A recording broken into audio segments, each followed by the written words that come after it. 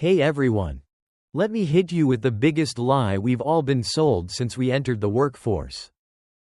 Work hard. Give it everything you've got, and the company will take care of you.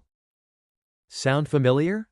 We believed it. We pulled all-nighters. We skipped weekends. We answered emails at midnight for free. And years later? You've got glowing performance reviews, your boss loves you, but your bank account? Still stuck in neutral. Meanwhile, that coworker who seems to do less just got a fat raise or jumped ship with a much better offer. Why the hell does this keep happening? Because behind the polished company values and employee handbook, there's a whole hidden system of unspoken rules. Rules designed to squeeze every drop of value out of you while giving back as little as possible. Your boss isn't evil, they're just playing the game. But if you don't know the rules, you're set up to lose from day one.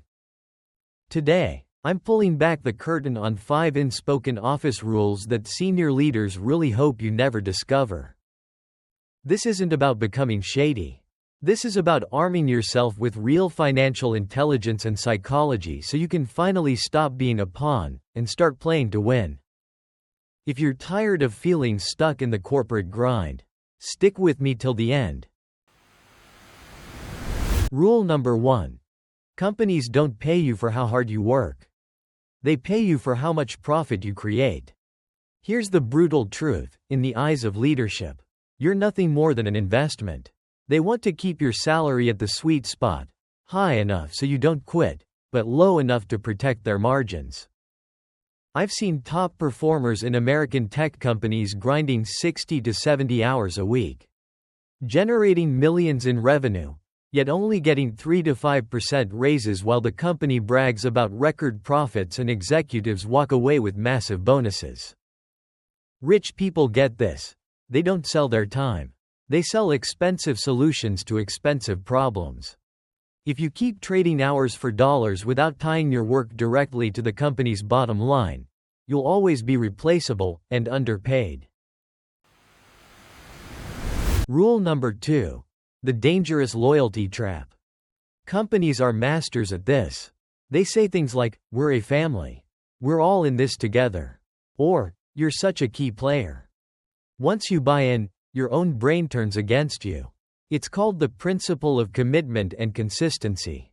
You start feeling guilty for saying no to extra work or asking for what you deserve.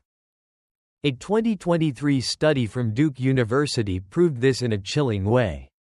Researchers asked nearly 1.400 managers what they would do with an employee named John.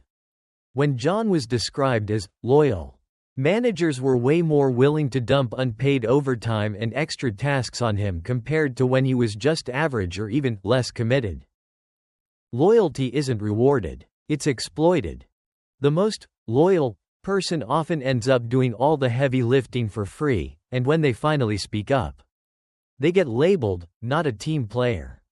Blind loyalty is the cheapest labor a company can buy. Don't fall for it. Rule number 3. Why bosses hate when you talk about money.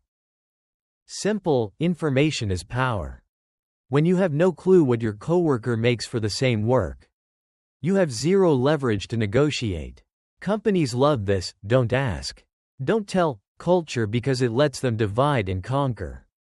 Before pay transparency laws started rolling out in places like California and New York, big tech giants kept salaries hidden. Women and minorities often got paid noticeably less for identical roles.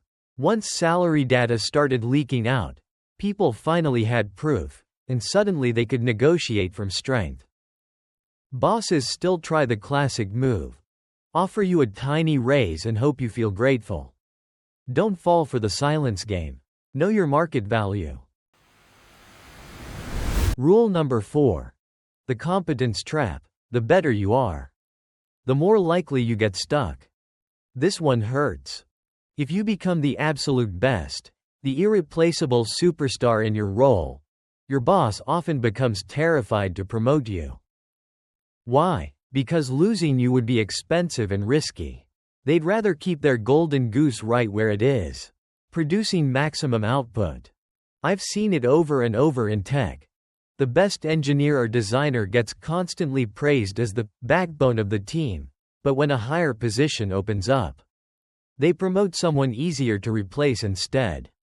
You turn into an expensive asset the company can't afford to lose, but also doesn't want to let grow. The escape? Stop hoarding all the knowledge. Start building a team. Document everything. Multiply your value instead of being the only one who can do the job. Rule number 5. Fancy titles are often cheap rewards. Assistant manager, senior specialist, project lead. Sounds impressive on LinkedIn, right? But in many companies, these titles are just psychological candy, designed to give you a little ego boost without costing them real money or real power. A lot of people chase the next rung on the org chart for years, while their actual net worth and freedom stay flat. Real winners know the truth. A title someone else prints on a business card means nothing if you don't control cash flow or build assets that make money without you. Listen. The corporate world isn't your enemy. It can actually be one of the best training grounds for skills, experience, and capital, but only if you wake up every single night. Ask yourself this question. Am I spending my days building someone else's empire, or am I laying bricks for my own future? True freedom doesn't start the day you quit. It starts the moment you drop the old, good employee mindset and begin thinking and acting like an owner. If this video made you think, if it hit a nerve, or even made you a little angry in the best way possible, do me a favor and smash that like button right now. Share it with every friend who's stuck grinding in corporate life. Drop your story in the comments. Which of these 5 rules have you personally experienced? I read every single comment and replied to as many as I can.